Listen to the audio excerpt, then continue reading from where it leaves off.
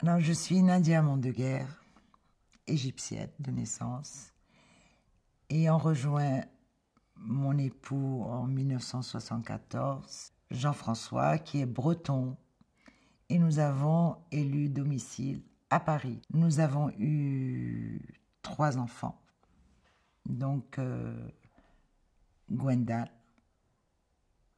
Lamia, il y avait 7 ans de différence, et ensuite Johan, 3 ans avec sa sœur.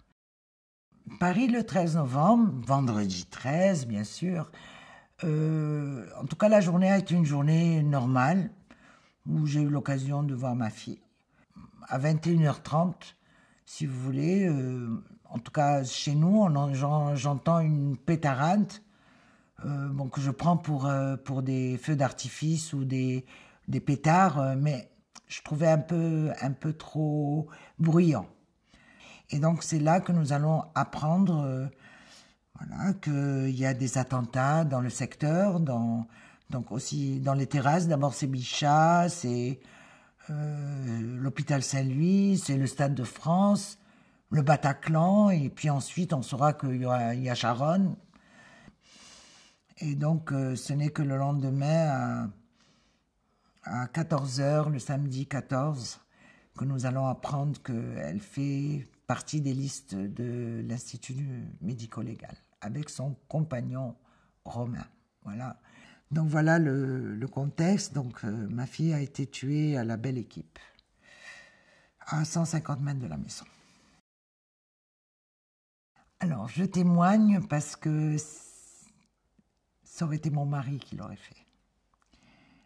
C'est comme si c'était lui qui me transmettait cette mission. Maintenant, tu prends la relève, je ne suis plus là, mais toi, tu vas continuer, tu vas poursuivre. Un de ces engagements sur lequel il a tenu jusqu'au bout, c'est vraiment une de ses dernières paroles qu'il a prononcées le 12 février de l'année dernière, comme un testament, c'est-à-dire la mémoire. Ne jamais oublier. Travailler la mémoire, et c'est ça que j'ai dit à l'association. C'est ce legs que Jean-François nous a donné. C'est de travailler continuellement pour que la mémoire soit toujours, je ne vais pas dire honorée, mais vivante. Qu'on n'oublie pas. Parce que dans cette histoire, ce sont nos enfants qui ont été tués. Mais ça aurait pu être d'autres. Et si ce n'était pas ces autres, ça aurait été d'autres. Et Jean-François, son message à l'égard des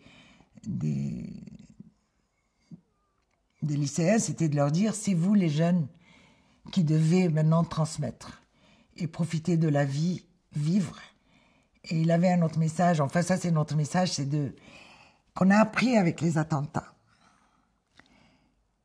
C'est toujours dire qu'on aime l'autre. Il ne faut pas être avare de